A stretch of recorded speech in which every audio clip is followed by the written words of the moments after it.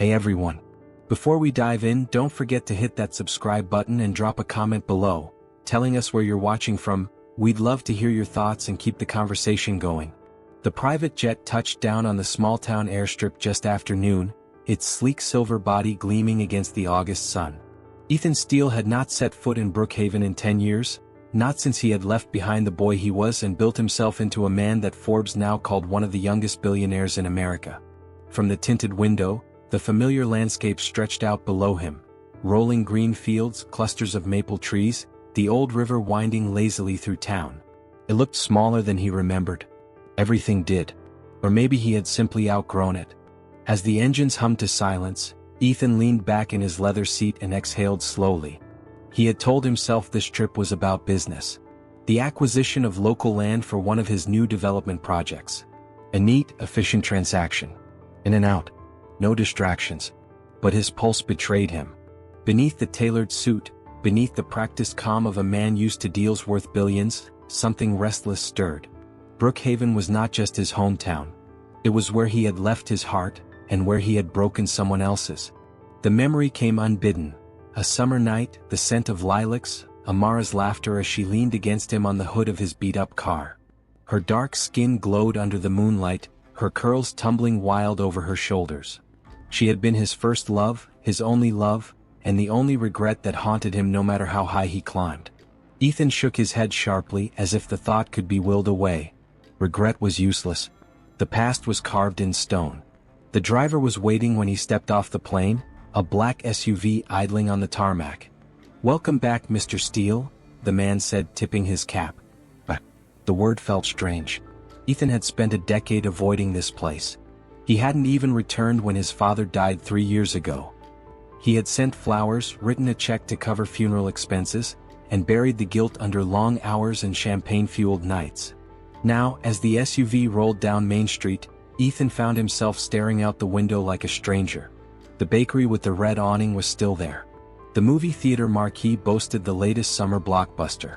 Children rode bikes along the sidewalks just as he once had. And then his gaze snagged on a small shop near the corner, its window filled with blooms of every color. Amara's blossoms. His throat tightened. He hadn't known she still lived here. Part of him had assumed she left town after he did, maybe to chase bigger dreams. But her name in bold cursive on that storefront window told a different story. "Stop the car," Ethan said abruptly. The driver slowed. "Sir?" "Right there." Ethan pointed at the flower shop. Before he could change his mind, he stepped onto the curb, the faint jingle of a bell announcing his entrance. The scent of roses, lavender, and fresh soil enveloped him. It was a world away from the boardrooms and penthouse suites he lived in now. Behind the counter, arranging a bouquet of sunflowers, stood Amara Johnson. For a moment the years dissolved. She looked almost the same, beautiful, strong, with a quiet grace that made her stand out no matter where she was. Her skin glowed warm beneath the shop's soft lighting, and though her curls were now pulled back into a practical bun, a few tendrils framed her face in that familiar way. But when her eyes lifted and landed on him, the warmth vanished. Her hands froze mid-motion. The scissors she held clattered onto the counter. "You." The single word dripped with disbelief, with anger sharp enough to slice the air between them. "Amara." His voice was softer than he intended. For a heartbeat they simply stared. 1,000 unsaid words hung heavy. "What are you doing here?" she asked, her tone flat, guarded. "I came to see the town. Some business opportunities." His usual confidence faltered. He had negotiated billion-dollar deals with ruthless CEOs, but standing here, under her scrutiny, he felt stripped bare. Her eyes narrowed. "So you remembered Brookhaven existed after all these years?" The bitterness in her voice hit him harder than he expected. He opened his mouth, searching for words, but before he could answer, a small voice interrupted. "Mommy, look. I finished it." A little girl darted out from the back room, holding a drawing of flowers and crayon. She looked about 6, maybe 7. Her hair was a mass of soft curls tied into 2 puffs, and her bright eyes shone with pride as she ran toward her mother. Amara bent down to take the paper, her features softening. "It's beautiful, baby." Ethan's chest constricted.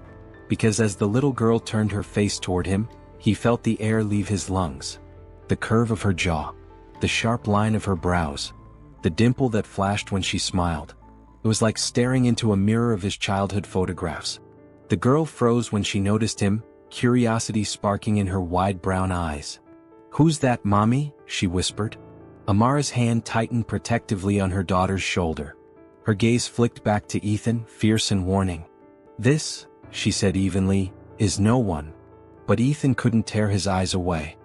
His heartbeat thundered in his ears, louder than the hum of the refrigerator case, louder than the silence stretching between them. No one. Yet in his gut he knew. The resemblance was undeniable. The girl could only be his. The bell over the flower shop door jingled again, but neither Ethan nor Amara moved. The newcomer, a young couple with linked hands, glanced between them, sensing the tension, then quietly retreated, murmuring something about coming back later. The shop fell into silence, except for the faint hum of the air conditioning. Ethan swallowed hard, his eyes never leaving the little girl. She stood pressed against Amara's side, peeking up at him with the kind of unabashed curiosity only a child could have. "What's your name, sweetheart?" he asked softly, almost without thinking. Amara stiffened. "Don't." Her voice was sharp enough to slice the air. Ethan's gaze flicked back to her, and he saw it. Her protectiveness, the steel in her eyes, the way her hand rested firmly on the girl's shoulder as if she could shield her from him. "I'm not trying to," he stopped, exhaled. She looks." "Don't say it." Amara's jaw tightened. The little girl tilted her head. "Mommy, who is he?" Amara crouched to meet her daughter's eyes, her tone softening. "Just a customer, baby. Go finish your drawing in the back."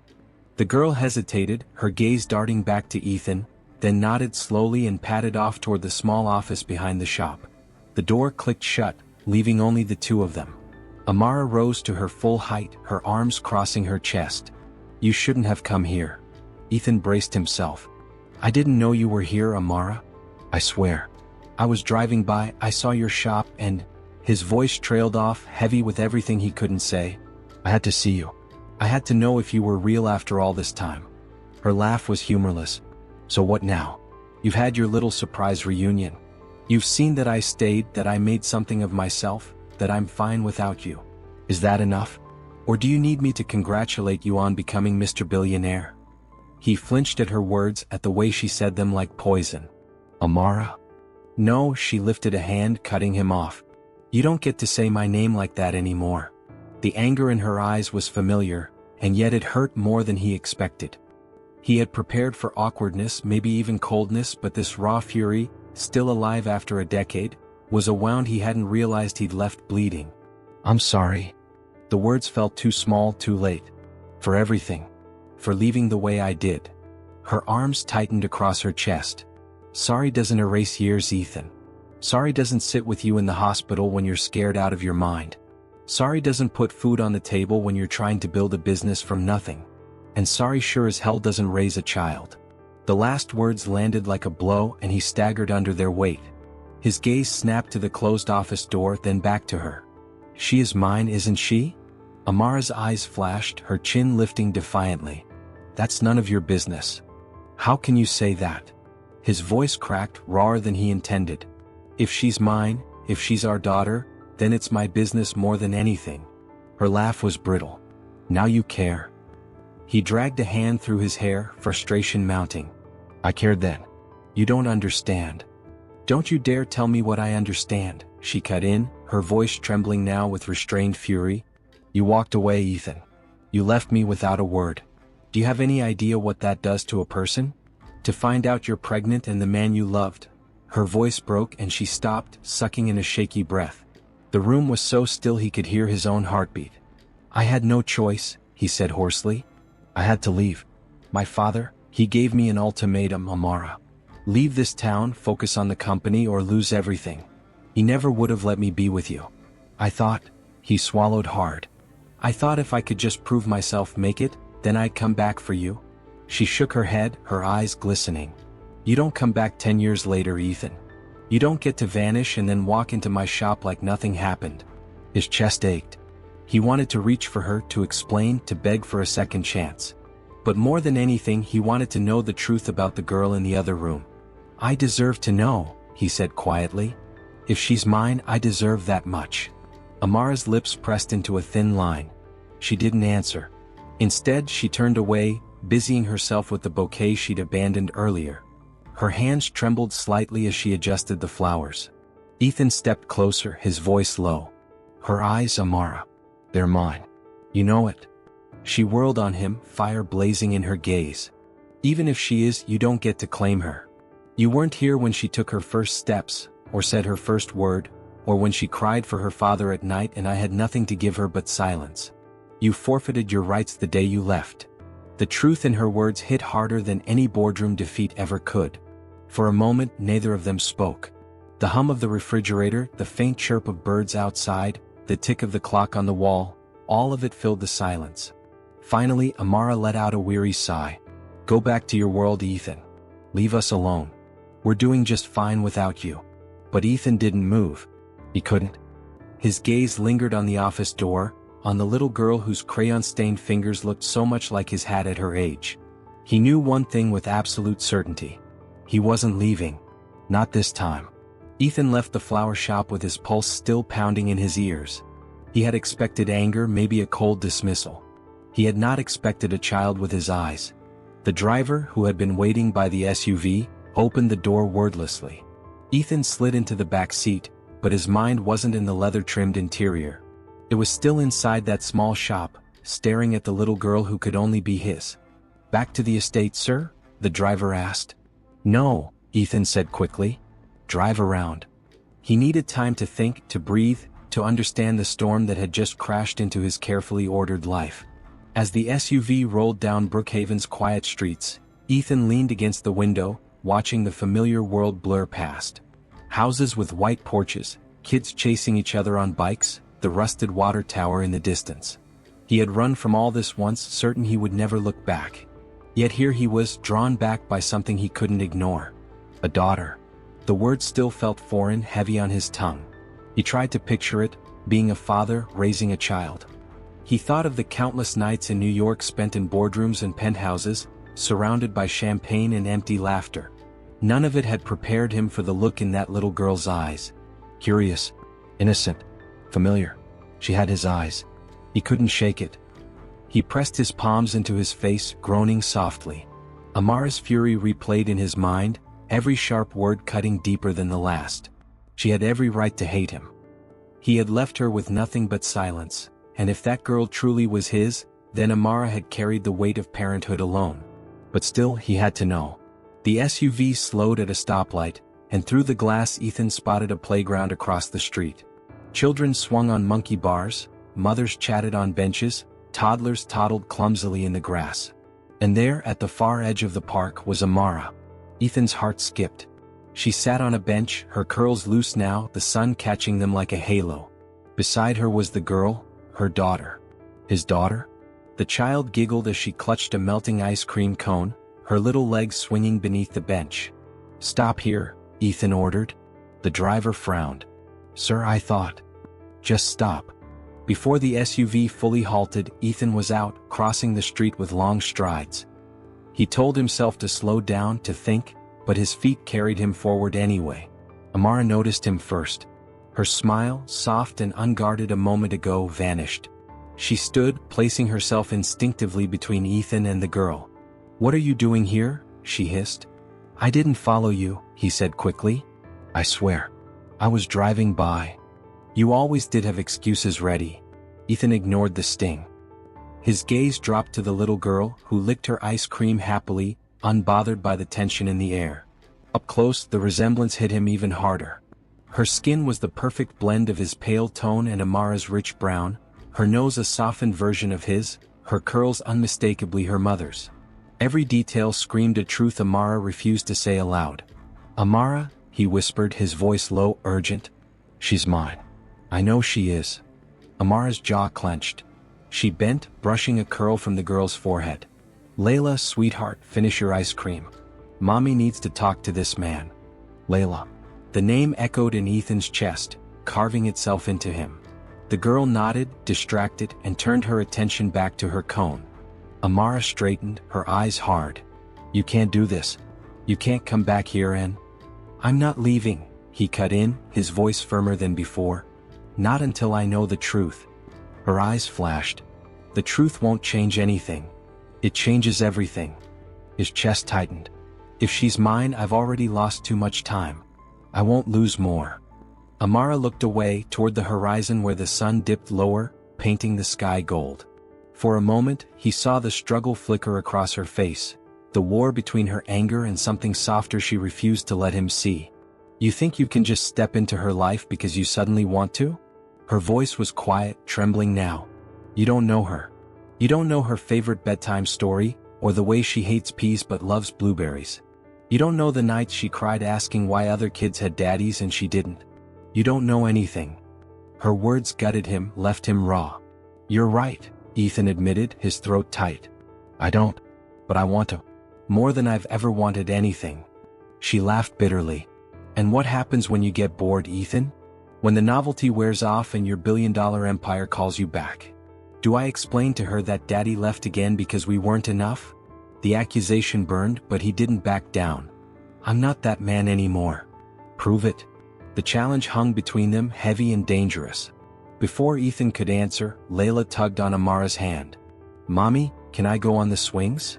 Amara blinked, her fury cracking for a second as she looked down at her daughter. "Yes, baby. Go ahead." Layla ran off, her laughter trailing behind her like music. Ethan watched her, his chest aching with something unfamiliar, something frightening. A longing. "She deserves better than me," he said finally, his voice raw. "I know that. But she deserves the truth even more." Amara's gaze softened almost imperceptibly as she followed Layla with her eyes. Then she turned back to him, walls slamming up again. "Stay away from us, Ethan. That's the only truth she needs." And with that, she walked toward the swings, leaving him rooted to the ground, torn between guilt and determination. He knew one thing as he watched Layla's curls bounce in the sunlight. Whether Amara allowed it or not, he wasn't going to walk away this time. The following morning, Ethan woke in the guest bedroom of the estate his company had rented on the outskirts of Brookhaven. Sunlight filtered through the wide windows, painting the room in pale gold. He hadn't slept much. Every time he closed his eyes, he saw Layla's face. Her wide, curious eyes. Her little dimpled smile. The way she clutched her ice cream cone with sticky determination. It wasn't just resemblance anymore, it was certainty. The girl was his. But certainty didn't equal proof, and Amara wasn't giving him answers. He showered, dressed in a crisp button-down and slacks, and stood by the window, staring out at the rolling green fields. For years he had lived in skyscrapers that touched the clouds, where the city's heartbeat never slowed. Here the quiet was different. Unforgiving. It gave him nowhere to hide from the thoughts clawing at him. He needed to speak with Amara again. Alone. By late morning he found himself standing outside Amara's blossoms once more. He hadn't planned to come so soon, but his steps seemed to carry him there of their own will. The bell chimed when he entered, the scent of roses greeting him like yesterday's ghost. Amara looked up from the counter. Her face hardened instantly. "You again." Her tone was clipped, professional, the same one she probably used with difficult customers. But he noticed the faint shadows under her eyes, as though she hadn't slept either. "Amara, we need to talk." "We already did," she said, going back to trimming a bouquet of lilies. "No," he pressed, stepping closer. "Yesterday wasn't a conversation. It was 10 years of pain thrown at me, and I deserved it, I know. But this," his voice lowered, "this is bigger than us now." Her hands stilled on the stems. Slowly she lifted her gaze. "You don't get to say that. You don't get to walk back in and act like you suddenly care about bigger than us. You forfeited that right when you left." He flinched but held her eyes. "Maybe I did. But Layla didn't forfeit her right to know her father." The sound of her daughter's name on his lips seemed to strike her. For a second, something softened in her expression, then hardened again. "Stop saying her name like you know her." "I want to know her," he said quietly. "I want to know everything I've missed." Amara's laughter was brittle. "You think it's that easy? That you can just step in after 10 years and be daddy? You don't know the first thing about her. You don't know the first thing about sacrifice." Ethan's temper flared, though he fought to keep it contained. "You think I didn't sacrifice? I built everything I have because I was forced to leave. Because if I stayed, I would have lost everything. My father made sure of it." "Your father?" she spat, venom dripping. Always your father. Tell me, Ethan, when you were signing billion-dollar deals, when you were popping champagne in New York penthouses, did you ever once think of me? Of us? His throat tightened. Every damn day. Her hands trembled as she set the lilies aside, her jaw clenching. Then why didn't you come back sooner? There it was, the question he had dreaded most. Because I was a coward, he admitted, his voice breaking. Because I thought, maybe you deserved better than the mess I was. And when I heard about your shop, when I saw you thriving, I told myself you were happy without me. Her eyes glistened, but her voice was sharp. And now I see the truth, he said. You weren't just building a business. You were raising a child. Alone. Because I wasn't here. The silence stretched. He could hear the faint ticking of the wall clock, the rustle of petals as a breeze swept through the half-open door. Finally, Amara spoke, her voice low. She's not just a child, Ethan. She's my whole world. Every decision I've made since the day I found out I was pregnant has been for her. And I won't let you stroll in and turn her life upside down. I don't want to take her from you, he said quickly. I want to be part of it. Please. For the first time, her eyes wavered, her mask cracking just slightly. He saw the exhaustion there, the years of doing it all alone, the weight she carried. But then the walls slammed shut again. I don't trust you. Her words were final, cold. Ethan felt the sting but nodded slowly. Then let me earn it. Amara blinked as if she hadn't expected that. Earn it? Yes. Give me a chance to prove I'm not the man who left. Let me show Layla who I am. Who I can be. She looked away, shaking her head. You make it sound simple. But it's not. She's a child. She asks questions. Hard ones. And I've spent years protecting her from answers I wasn't ready to give. I'm ready now, he said firmly. Amara's lips parted as if to argue, but before she could, the back door creaked open. Layla appeared, holding a half-finished crown of daisies. Mommy, can we go to the park later? She asked brightly. Then she noticed Ethan and paused, her head tilting. Hi again. Ethan's heart twisted at the simple greeting, at the way she looked at him with open curiosity. Not anger. Not suspicion. Just innocent wonder. Hi, Layla, he said softly. Amara's eyes narrowed, but she said nothing. Layla beamed. Do you like flowers too? Ethan swallowed the lump in his throat. I do. Especially the ones you make. Her smile widened and she skipped back into the office, humming to herself. Amara watched her go, then turned back to him, her face unreadable. If you hurt her, Ethan, if you so much as make her cry, you'll regret ever setting foot back in this town. Ethan met her glare steadily. I won't hurt her. I promise. For the first time she didn't argue. She only looked away, her silence heavy with unspoken tensions. The promise hung in the air long after Ethan left the shop. He could still hear Amara's warning in his head. If you hurt her, Ethan, if you so much as make her cry, you'll regret ever setting foot back in this town. He didn't doubt her. Amara had always been fierce, protective, unwilling to bend when it came to what she loved. That was one of the reasons he'd fallen for her in the first place. And now, seeing her as a mother, that fire had only intensified. But there was no going back. Not now. Layla wasn't a question anymore. She was a certainty waiting for confirmation. Ethan needed the truth, and he wasn't leaving Brookhaven until he had it. The promise hung in the air long after Ethan left the shop. He could still hear Amara's warning in his head. If you hurt her, Ethan, if you so much as make her cry, you'll regret ever setting foot back in this town. He didn't doubt her. Amara had always been fierce, protective, unwilling to bend when it came to what she loved. That was one of the reasons he'd fallen for her in the first place. And now, seeing her as a mother, that fire had only intensified. But there was no going back. Not now. Layla wasn't a question anymore. She was a certainty waiting for confirmation. Ethan needed the truth, and he wasn't leaving Brookhaven until he had it. 2 days later he returned to the shop. This time, Amara was busy setting up a wedding arrangement, white roses and orchids layered carefully into tall vases. She didn't look up when the bell chimed.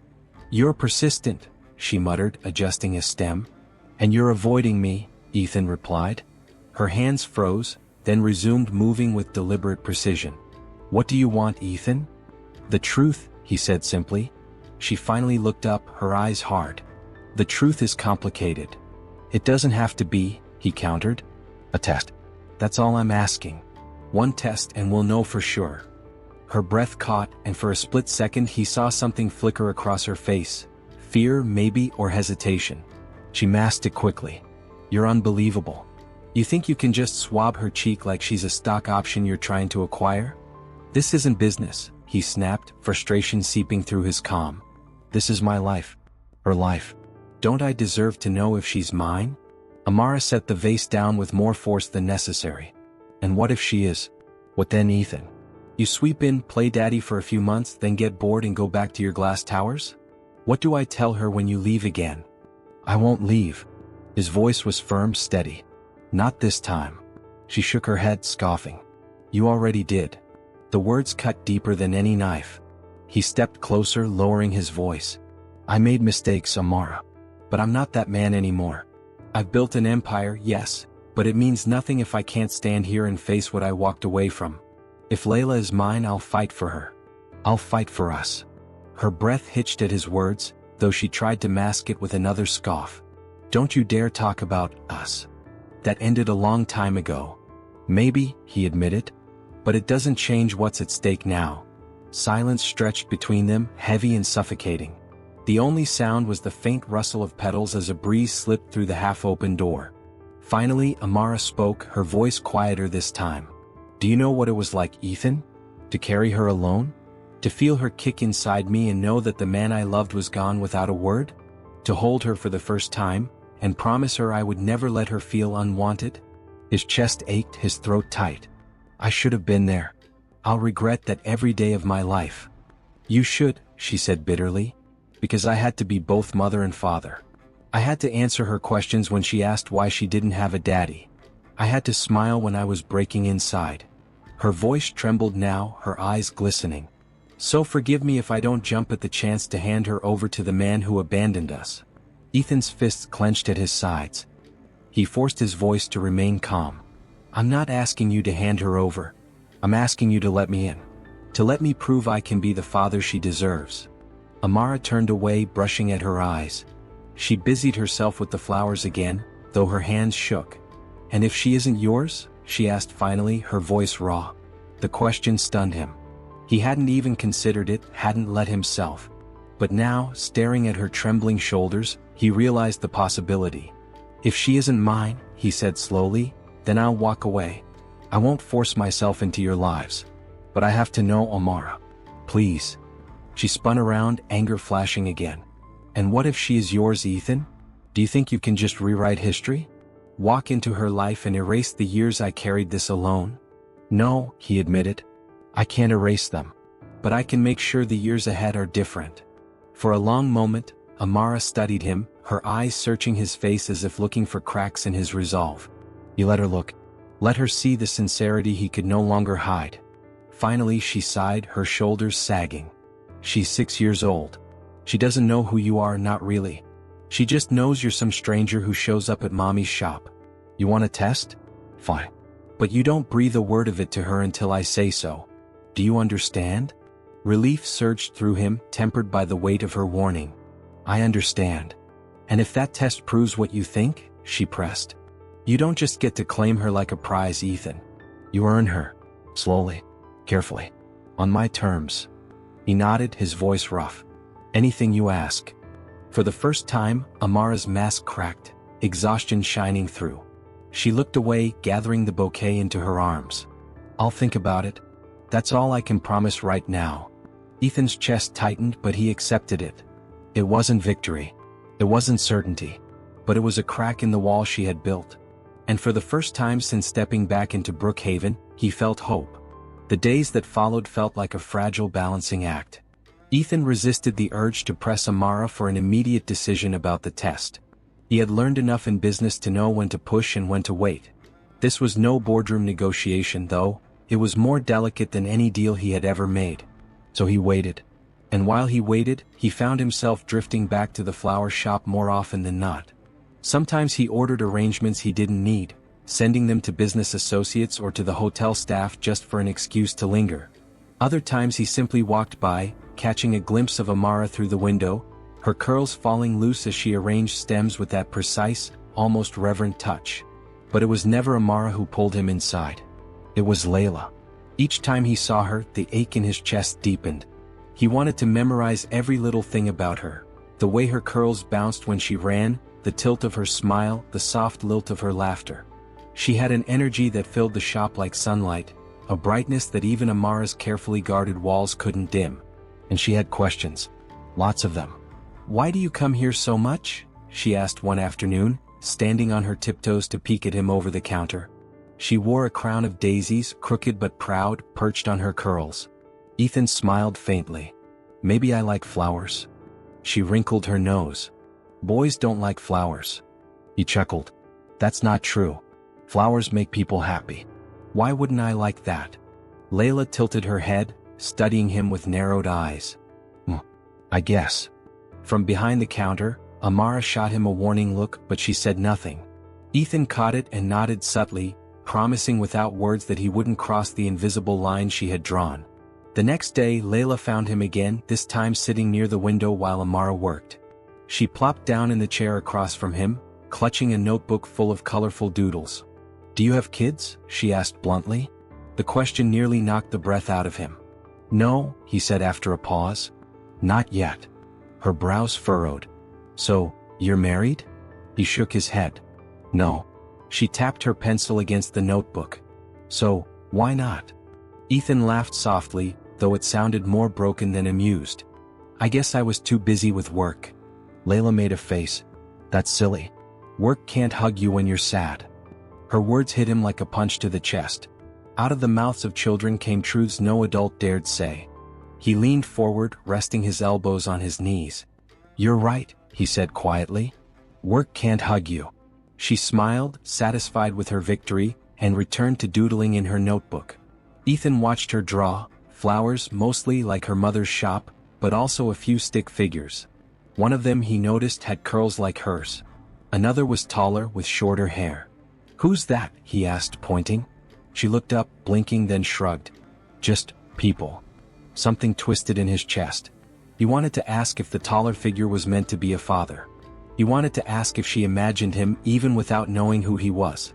But Amara's warning still rang in his ears. "You don't breathe a word of it to her until I say so." So he stayed quiet. Later that evening, Ethan sat at the corner of the park, watching from a distance as Amara pushed Layla on the swings. He hadn't planned to be there, but he couldn't help himself. He told himself it was coincidence that he had just been walking by, but deep down he knew he was drawn to them like a tide he couldn't resist. Layla's laughter rang out as she swung higher, her legs kicking the air. "Higher, mommy. Higher." Amara laughed, the sound softer than he remembered but real. Ethan's chest ached at the sight. This was what he had missed. Not just 6 years of milestones, but moments like this. Ordinary, beautiful moments. When the swing slowed, Layla hopped off and spotted him across the park. Her eyes lit up and she ran toward him before Amara could stop her. "Hey!" she said breathlessly, planting herself in front of him. "You again." Ethan crouched down so they were eye level. "Looks like we keep running into each other." She grinned. "Do you live here now?" "I'm staying for a while," he said carefully. "Good." She nodded as if she'd made a decision. "You can come to my school play next week." "I'm a sunflower." Ethan's throat tightened. "I'd like that." From a distance, Amara called, her voice tight. "Layla, come back here." The girl sighed dramatically. "That's my mommy." Ethan smiled faintly. "I know." She tilted her head again, studying him with that same curious intensity. "You're kinda funny. I like you." Before he could respond, Amara arrived, taking Layla's hand firmly. Her eyes burned into Ethan's with warning, but Layla tugged at her mother's arm. "Can he come to my play, mommy? Please?" Amara's jaw tightened. For a moment, Ethan thought she would say no outright. But then she glanced at her daughter's hopeful face and exhaled. "We'll see," she said carefully. Layla cheered, skipping back toward the swings, leaving Ethan and Amara standing in tense silence. "You're crossing lines," Amara said lowly, her voice sharp. "I didn't ask her to invite me," he replied, equally quiet. "She wanted me there." Amara's eyes softened, just for a heartbeat, before hardening again. "You're making this harder than it needs to be." Ethan straightened, his voice steady. "I'm not trying to make it harder. I'm trying to be here. For her. For you. She stared at him, searching his face, then turned away. Don't make promises you can't keep, Ethan. She's curious now. And if you disappear again? I won't, he said firmly. Not this time. Her silence lingered as Layla's laughter floated back to them. And in that moment Ethan knew, the little girl's curiosity was only the beginning. Ethan had always prided himself on patience, but the longer he lingered in Rosewood, the more it unraveled. Every day around Layla only sharpened the gnawing hunger for certainty. He needed to know. He deserved to know. Yet chasing the truth wasn't as simple as ordering a test. It was bound to Amara, and Amara was a fortress built on hurt. That fortress cracked one Saturday morning. Amara was arranging lilies in the shop window when Ethan walked in. The bells over the door chimed, and Layla darted out from the back room, her curls bouncing. "Mr. Steele," she chirped, waving a drawing. "I made this for you." She held it up proudly, a crayon sketch of a tall man standing beside a little girl with curly hair. Flowers filled the page around them, bright yellows and reds. Ethan's throat tightened. "It's beautiful," he said softly, kneeling to meet her gaze. "I'll keep it forever." Layla beamed, but Amara's expression was stormy. She gently steered her daughter away, murmuring, "Go wash up before lunch." When Layla disappeared into the back, Amara turned on Ethan. "You have to stop encouraging this," she hissed. "She doesn't understand. She just sees someone new and kind and she latches on. Don't let her think you'll stay." Ethan swallowed hard. "What if I want to?" Amara froze. Her hands stilled around the lilies, her shoulders rigid. Wanting and doing are two different things. "You wanted me once, remember? Until you didn't." The words cut deep. He stepped closer, lowering his voice. "Amara, I was a fool then. I walked away when I should have fought. But I'm here now. I'm not leaving again." She let out a shaky laugh, though it carried no humor. "You think words erase years of silence? Sleepless nights? Bills I could barely pay? A little girl who asked questions I didn't know how to answer." Her voice cracked at the last part and Ethan's heart squeezed. He wanted to reach for her, to smooth away the pain. Instead he said the only thing that mattered. "I need to know if she's mine." Amara's eyes flashed. "And if she is?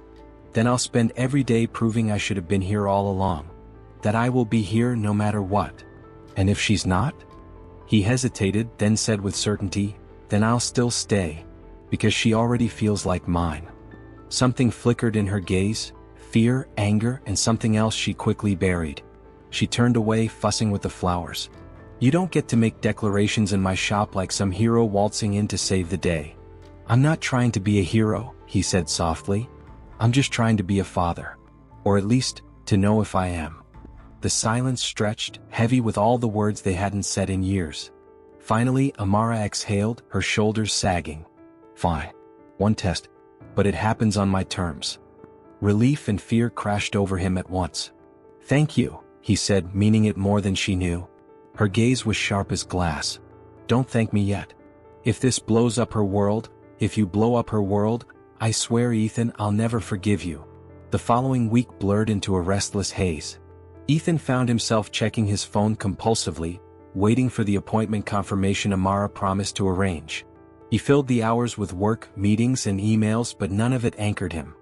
His mind was always on Layla, her smile, her laugh, her tiny hand slipping into his when she'd pulled him across the park last Sunday. But it wasn't just Layla. It was Amara. Every time he looked at her, he saw glimpses of the girl he'd fallen for in college. The girl who painted his name in the margins of her notebooks, who kissed him under campus oaks, who believed in him when no one else did. That girl had been buried under years of responsibility and pain, but now and then, when she laughed despite herself, he caught her again. And it wrecked him. One evening, after closing the shop, Amara found Ethan waiting outside. She frowned but didn't send him away. Maybe she was too tired to fight, or maybe some part of her didn't want to. "Walk with me," he said. She hesitated, then nodded. They strolled down the quiet street, their footsteps echoing on the pavement. The night air was cool, fragrant with gardenias from a nearby yard. For a while neither spoke. Finally, Amara broke the silence. "She likes you, you know. Too much." Ethan smiled faintly.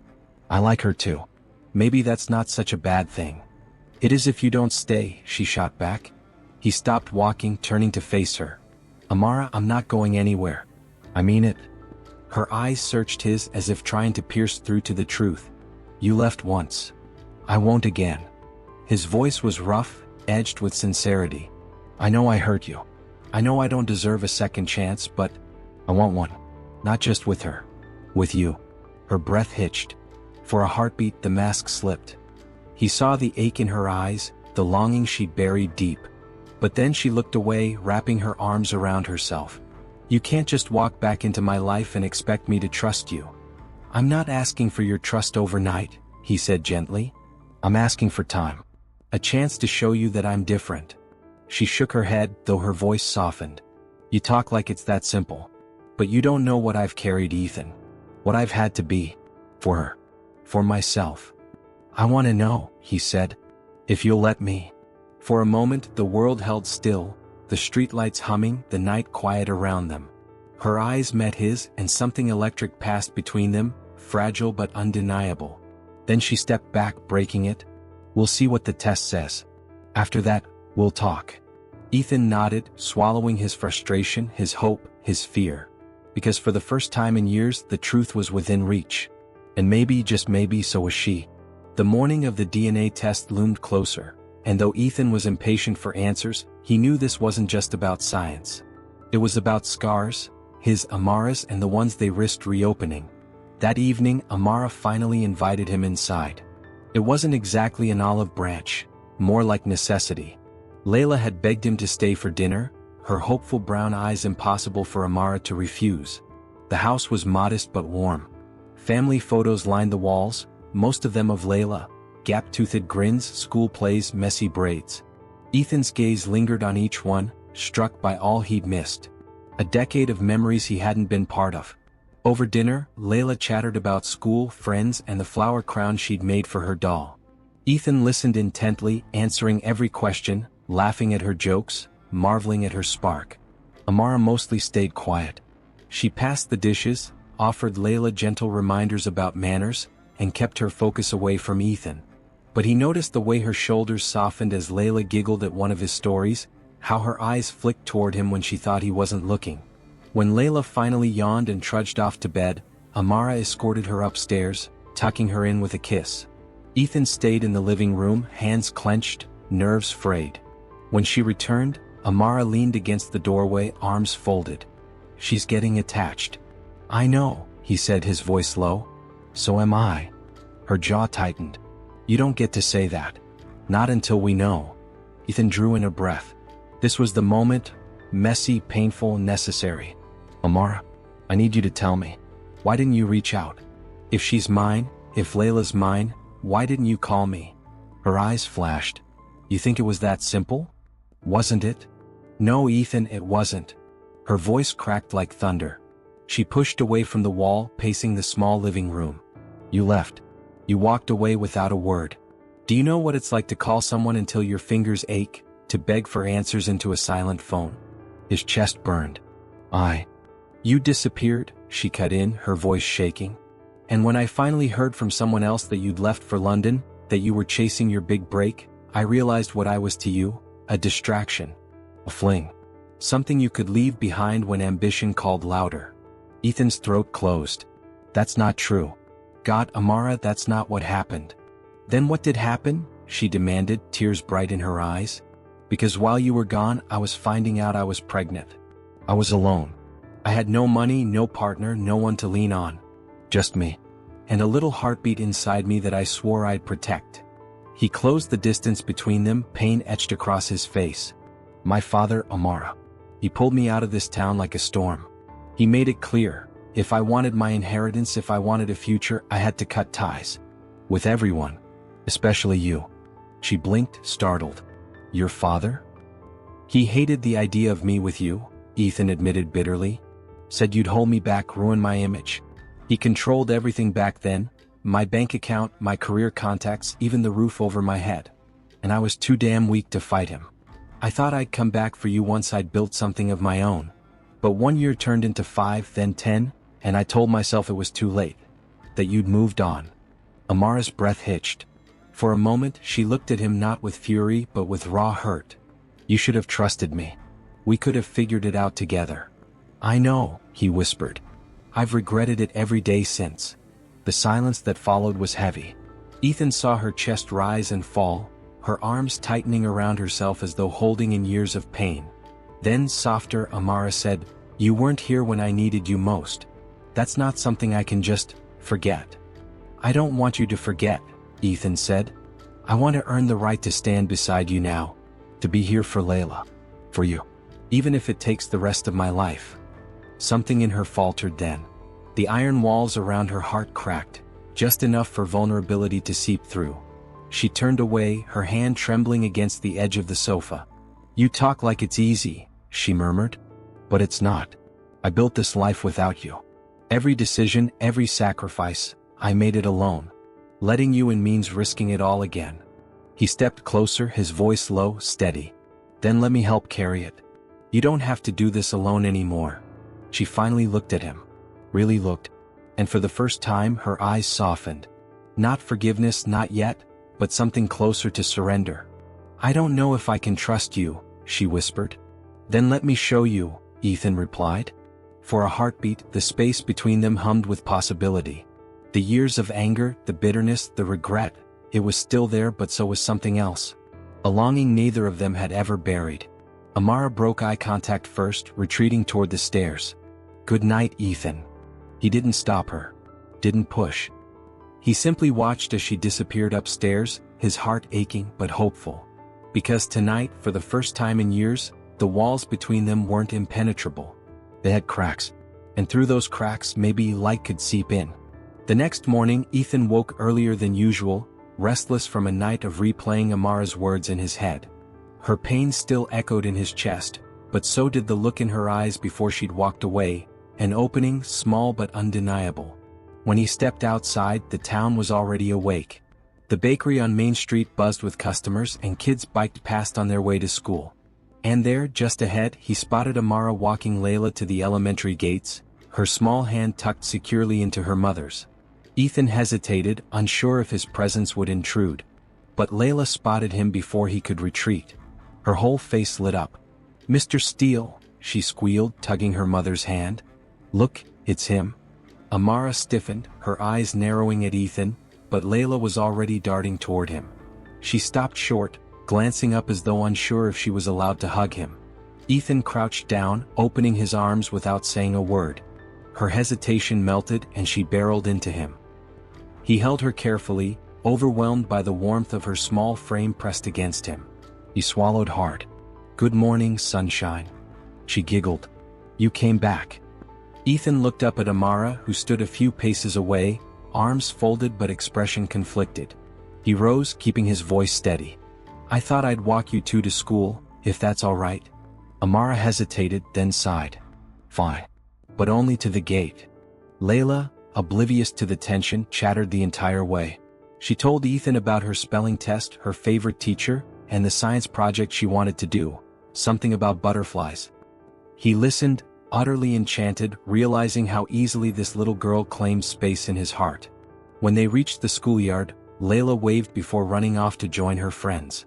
Ethan and Amara stood in silence, watching her go. She really likes you, Amara said finally, her voice quiet, almost reluctant. Ethan's throat tightened. I like her too. More than I can put into words. Amara shifted uncomfortably, torn between caution and the undeniable truth of what she saw. The bond already forming between her daughter and the man she'd kept at arm's length. That afternoon, Ethan found himself back at Amara's flower shop. She was arranging sunflowers in the front window when he stepped in. You again? She said, raising an eyebrow. Don't sound so surprised, he replied with a small smile. I was hoping you might let me help out. Her brow furrowed. Help? You've never arranged a bouquet in your life. True. But I can take instructions. And I think I owe you a decade of labor. Against her better judgment, Amara let him stay. She watched him fumble with ribbon and scissors, struggle to tell a peony from a rose, and yet, for the first time in years, laughter escaped her lips. Hopeless, she muttered as she took a crooked bundle from his hands. Hopelessly eager to learn, he countered, his grin boyish. Amara shook her head, but she didn't send him away. And when Layla arrived after school, she was delighted to find Ethan behind the counter, proudly presenting her with a clumsy daisy crown. "You made this?" she gasped. "With some very patient supervision," Ethan admitted. Layla plopped the crown on her head and twirled. "Mommy, look." Amara smiled despite herself. "Beautiful, baby." Ethan's chest swelled at the sight, their daughter beaming, Amara's eyes softening even for just a moment. As days passed, Ethan became a regular fixture. He picked Layla up from school when Amara was busy. He sat with her while she did homework, turning math problems into silly games. On weekends he took her to the park where they flew kites and ate ice cream until she was sticky and laughing. Amara watched all of this carefully. At first, she waited for him to fail, for the billionaire to get bored of small-town life, of fatherly responsibility. But Ethan surprised her. His patience never wavered. His affection for Layla grew with every passing hour. One evening she found them in the backyard, sprawled on a blanket. Layla pointed at the stars as Ethan explained constellations, his voice gentle, his arm wrapped protectively around her. Amara stood in the doorway, unseen, her heart caught in her throat. She hadn't seen Ethan like this before, not the driven man chasing wealth, but a father, tender and present. When Layla finally drifted off, carried inside and tucked into bed, Amara lingered in the kitchen as Ethan poured himself a glass of water. "You're good with her," she said quietly. He looked up, surprised. "She's incredible. I can't believe I missed so much." Amara's gaze lowered. "You can't make up 10 years overnight, Ethan. She's not a prize you win back. She's a little girl who needs stability." "I know," he said softly. "And I want to be that stability. Not just for her, for you too." Her chest tightened. Part of her wanted to believe him, to fall into the warmth of what he was offering. But another part, the part shaped by years of disappointment, whispered caution. "Words are easy," she murmured. Ethan stepped closer, his expression earnest. "Then judge me by what I do. Let me show you Amara. One day at a time." Her breath caught, and for a fleeting moment the distance between them seemed to disappear. The air was thick with something she hadn't felt in years, hope. But hope was dangerous. Amara turned away, gathering plates from the counter. "Don't make promises you can't keep." "I won't," he said, his voice steady. "Not this time." And as he left that night, Amara leaned against the counter, her hands trembling. She knew she was teetering on the edge of something terrifying, something that could shatter her all over again. But she also knew this: Ethan wasn't just winning Layla's heart. Slowly, relentlessly, he was slipping past her defenses too. The small envelope felt heavier than it should, as though it carried not just paper but the weight of 10 years of silence, pain, and unanswered questions. Ethan turned it over in his hands for the 100th time, his thumb tracing the sealed flap. He had picked up the DNA results that morning, and since then the envelope hadn't left his pocket. It pulsed against him like a heartbeat, an answer waiting to break free.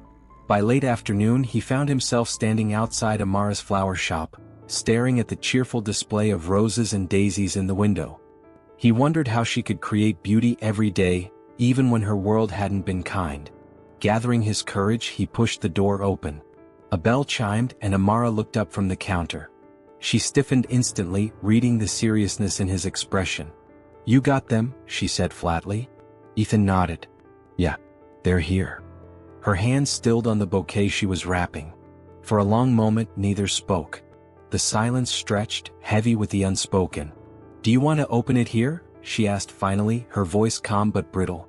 "Yes, but only if you're ready to." Amara's eyes flicked toward the back room, where Layla was coloring quietly at a little table. "Not in front of her," she whispered. "Of course," Ethan said quickly. They moved into the shop's office, a small room with shelves stacked with invoices and jars of ribbon. Amara shut the door behind them, her arms crossing tightly over her chest as if bracing herself. Ethan placed the envelope on the desk between them. For a long while they simply stared at it. "I thought I wanted this answer," Amara admitted softly. "But now, part of me is afraid." Ethan's chest tightened. "Afraid of what?" "That if it says she's not yours you'll walk away. Or if it says she is, you'll try to take her from me." Her words sliced through him. He stepped closer, his voice raw. "Amara, listen to me. No matter what this paper says, I'm not walking away again. And I would never take Layla from you. She's your heart. I just want the chance to be part of it too." Something flickered in her eyes, hesitation, yes, but also the faintest glimmer of trust. "All right," she whispered. "Open it." Ethan's fingers trembled as he tore the seal. The paper inside crackled as he unfolded it. His eyes scanned the lines once, twice, disbelieving. Positive. A 99.9% probability. His knees nearly gave out. He pressed a hand to his mouth, his vision blurring with tears. "She's mine," he choked out. "Amara, she's really mine." Amara closed her eyes, a single tear slipping down her cheek. Relief warred with the old ache in her chest, the years of carrying this alone, of nights wondering if Ethan would ever know. "Yes," she said softly. "She's yours." For a moment, the two of them simply stood there, overwhelmed by the truth that now bound them irrevocably. Ethan reached for her hand, but she pulled back, shaking her head. "This doesn't erase what happened, Ethan. It doesn't erase the years you weren't here." "I know," he said quickly, desperate. "But it means I can be here now. For her. For you if you'll let me." Her arms folded again, a shield against his sincerity. "Layla is everything to me. If you hurt her, if you disappear again, I won't forgive you." "I won't," he vowed. "I swear it on my life. Amara, she's part of me. And so are you." The intensity in his eyes unsettled her, stirring emotions she had long buried. She wanted to believe him, wanted so badly to believe this man who once shattered her heart could now mend it. But fear still lurked, whispering caution. They stood in silence, the paper lying between them like a fragile bridge. Then a soft knock on the door interrupted. Layla peeked her head in, her coloring book tucked under her arm. "Mommy? Mr. Steele? What are you doing?" Amara quickly swiped at her tears and forced a smile. "Nothing, baby. Just talking." Layla's gaze drifted to the paper on the desk. "Is that important?" Ethan crouched down, swallowing hard. His voice trembled, but his words were steady. "Yes, sweetheart. It's very important." "Can I see?" she asked, curious. Amara hesitated, then shook her head gently. "Not right now, love. Go wash up, we'll have dinner soon." Layla shrugged and patted away, leaving the door ajar. When she was gone, Ethan exhaled shakily. "She deserves to know the truth, Amara." "She will," Amara said firmly. "But on our terms. Gently. She's just a child." Ethan nodded, though his heart ached with impatience. He wanted to shout it to the world, that Layla was his, that fate had given him a second chance at family. But Amara was right. This had to be handled with care. "All right," he agreed. "We'll tell her together. When you're ready." Amara's eyes met his then, searching for cracks in his resolve. What she saw there startled her, not the reckless boy who had once left, but a man determined to stay. For the first time in a long while, hope sparked in her chest. Dangerous, fragile hope. "Okay," she whispered. Ethan's throat tightened. He wanted to pull her into his arms, to promise her forever, but he held back. One step at a time. For Layla. For Amara. For them. And though the road ahead would not be easy, the truth had given them a foundation. Ethan finally knew without a shadow of doubt. He was a father. And he was never letting go again. The night was quiet, the streets of the small town hushed beneath a silver wash of moonlight. Ethan stood on the porch of Amara's house, his hands shoved deep in his pockets, his heart pounding harder than it had the day he closed his first billion-dollar deal. Inside, he could hear the soft hum of a bedtime routine, the splash of water, Amara's gentle voice coaxing Layla into pajamas, and the sweet giggle of a little girl fighting sleep. It was the sound of a home, a sound he had never known he longed for until now. When the door finally opened, Amara stepped outside, pulling her cardigan tighter around her. Her hair spilled in waves over her shoulders, the porch light catching the sheen of her skin. She looked at him as though she wasn't sure whether to invite him in, or send him away for good. "She's asleep?" Ethan asked softly. Amara nodded. "After 3 stories. She insisted one of them had to be about you." His chest tightened, emotion catching in his throat. "About me?" "Yes." Amara's voice wavered. She wanted to know if the stories were true, if you really built towers that touched the sky. If you really once got lost in Paris and had to find your way with only a map. A small laugh broke from Ethan, but it carried a tremor. "I never thought I'd want a child to know about my life. But if it's her," he swallowed hard. "I want her to know everything." For a long moment, silence lingered between them, filled with the weight of all that had passed, 10 years of absence, of regrets, of bitterness that had nearly destroyed them. Amara's arms folded as though shielding herself. I don't know if I can trust you, Ethan. My whole life these last 10 years has been about keeping Layla safe. I can't let anyone, especially you, wound her the way you wounded me. Ethan stepped closer, the porch floor creaking beneath his weight. His voice was low, raw, stripped of the arrogance that once defined him. You're right. I hurt you. I left when I should have stayed. I thought chasing success mattered more than us, and it cost me everything. He drew in a shaky breath. But I've changed, Amara. I don't want towers and cities if it means being alone. I want her. I want you. I want a family. Her breath caught. The sincerity in his voice rattled her carefully built defenses. She wanted to believe him, wanted to lay down the anger she had carried like armor for a decade. But doubt clung stubbornly. Words are easy, she whispered. But what about when things get hard? When she needs more than bedtime stories? When I need more than promises? Ethan reached into his pocket, pulling out a small, worn photograph. He handed it to her, an old picture of the two of them from college, her laughter frozen in time, his arms slung casually around her shoulders. I've carried this with me everywhere, he admitted. Even when I was running from you, I couldn't let you go. You've been my only constant, Amara. And I don't want to run anymore. Her fingers trembled as she held the photo. Memories surged, nights spent studying together, stolen kisses in quiet corners, dreams whispered under starlit skies. He had broken her heart, yes, but he had also been the love of her life. Her eyes lifted to his, glistening. Do you really think we can just start over? No, his answer was immediate. We can't start over. But we can start again. Different, better, stronger. For Layla. For us. A silence fell, thick with possibility. Amara's chest rose and fell as she fought the warring voices inside her. The one screaming to protect her heart, and the one whispering that love, real love, was worth the risk. At last she let out a long breath. One chance, Ethan. That's all I can give you. One chance to prove you mean it. If you falter, if you disappear, it's over. Relief and joy surged through him, so fierce it nearly brought him to his knees. He stepped forward, gently taking her hand in his thumb brushing her skin with reverence. I won't waste it, he swore. For the first time in years, Amara didn't pull away. She let him hold her hand, let herself feel the warmth of him, the steadiness she had once known. And in that moment, something inside her shifted, hope taking root where fear had reigned. From inside the house, a small voice called out sleepily, Mommy? Amara turned, startled. Layla stood in the hallway rubbing her eyes. When she spotted Ethan, her face lit with sleepy delight. Mr. Steele, she mumbled. Did you come to say goodnight? Ethan's throat tightened. He crouched down, opening his arms. If that's all right with your mom. Amara hesitated, then nodded slowly. Layla patted forward and wrapped her little arms around his neck. Ethan held her gently, inhaling the scent of lavender shampoo, feeling her warmth press against his chest. Good night, Daddy, she whispered, half asleep. Ethan froze. His eyes darted to Amara, whose lips parted in shock, her hand pressed to her mouth. The word echoed in his heart, filling every hollow space he hadn't realized existed. He blinked back tears and kissed the top of Layla's head. Good night, sweetheart.